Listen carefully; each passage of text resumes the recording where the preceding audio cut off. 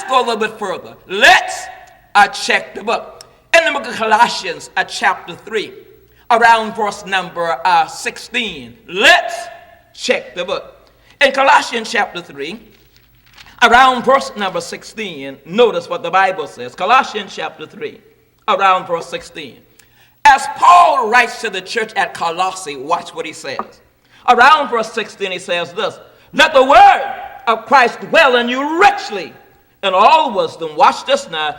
Teaching and admonishing one another in psalms and hymns and spiritual songs, singing with grace in your hearts to the Lord. Now, what Paul says to the church, not just to the men in the church, but women also, children also, who are capable. When you do your singing, what you're doing to one another, you are teaching. So we find here a case where teaching is done by women in the church, and if men are there, preferably they are gaining something from it. What are we saying? We're saying that we need not to use the scriptures to satisfy or please a certain position that we believe. Just teach what the Bible says and understand the context. So in 1 Timothy chapter 2, the idea or the teaching there is she has no right to usurp authority and take charge over the man and do the teaching. But it doesn't say that she can't not teach it. There are instances, as we've shown here, where she can. Another passage in Titus talks about the woman being able to teach other women. So again, what we're trying to share as we study the Bible, make sure our agenda is not to try to make sure something fits what we want it to fit, but teach the text as we discover it in the Bible. As we study the Bible also, there are some things that we really need to consider. And that is, there are some gaps when we really think about it. What do I mean by that?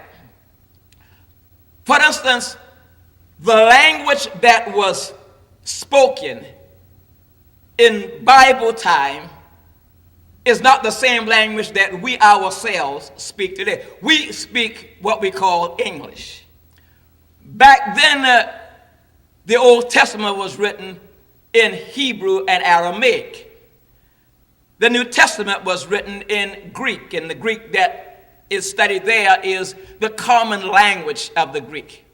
So how do we now get from a Hebrew reading and also a Greek or Aramaic reading for us now to understand what God's intent was when it was originally written?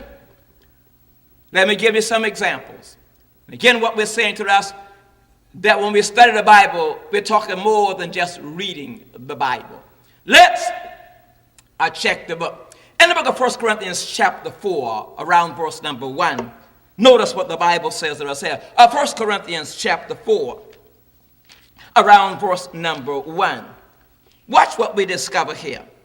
So again, what we are interested in is that one gap may be the language, making sure that we understand what was the original meaning at that particular time when the apostles and others wrote to their particular audience. How did they interpret? What was really the words that they understood them to be? Watch this one.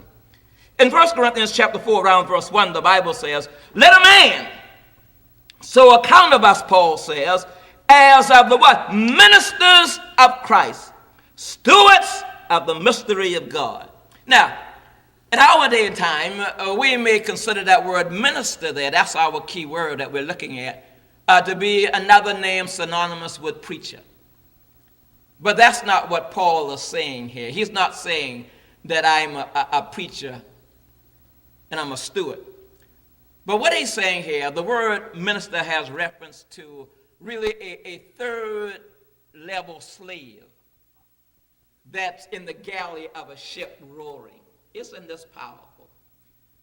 See, again, understanding the language is important. It gives us a greater sense of understanding what God is sharing with us.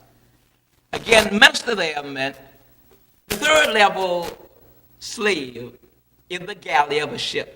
And so what Paul is saying is this: I'm a slave to Jesus Christ, And I'm attentive to finding out and listening to his every command to give service. That's what the text is teaching. He's not saying that I'm a preacher, but I'm a slave. And I'm willing and have my ears open to whatever his command is so I can be obedient in regard to serving him. Another thing that we must look at that can be a gap that we need to try to close is the culture that the folks were in. Their culture is far different than our culture. And so let me give you an idea.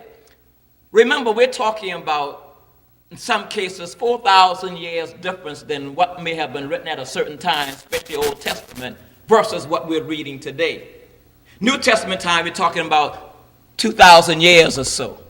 And so from 2,000 and sometimes 4,000 years, what was the culture like? The thing that were going on during that day and time. If we understood what was going on that day and time, then we have a better appreciation of what the audience was considering and looking at and were understanding based on what they were being taught. Let me give you an example quickly, if I may. In the book of John, let's check the book. John chapter 1. The Gospel of John, John chapter 1. Watch what the Bible says here. John chapter 1, around verse number 1. Let's check the book. We find these words. John writes, "In the beginning was the Word, and the Word was with God, and the Word was God. The same was in the beginning with God. All things were made by him, by him, and without him was not anything made that was made." Now, at verse number 14, watch what he says. John 1:14. "And the Word was made flesh and dwelt among us, and we beheld his glory, the glory as of the only begotten of the Father, full of grace and truth." Now, what John says now is the Word became flesh. He's talking about Jesus. Why does not John start his gospel off, instead of clouding the issue, what we might think when we really look at it, instead of talking about the Word, why don't you just come out and say, "In the beginning was Jesus the Christ"? Why not? Well, if we understood what was going on in the culture at that time, we may better appreciate what he's saying. During that day and time, he wrote basically to Gentiles, Jews too, but basically Gentiles. And in his writing, what he was trying to do here is make sure that what he was teaching here could be appreciated by both sides, Jews and Gentiles. He knew that the Gentiles were familiar with this word, or really logos. That's the word. He identifies as the word, but in the Greek it would be logos. And what it had reference there is that the Greeks recognized that there was some force that brought order, that brought reason in the minds of men, and they believed that to be the logos. He also recognized that the Jews recognized that word here, the logos, had reference to expressing God's action. When God said the first tagger, all they had to do says tagger come forth, and tagger came forth, the first tree. So what John does here is he uses words that can now be identified with both the Jew and the Gentile.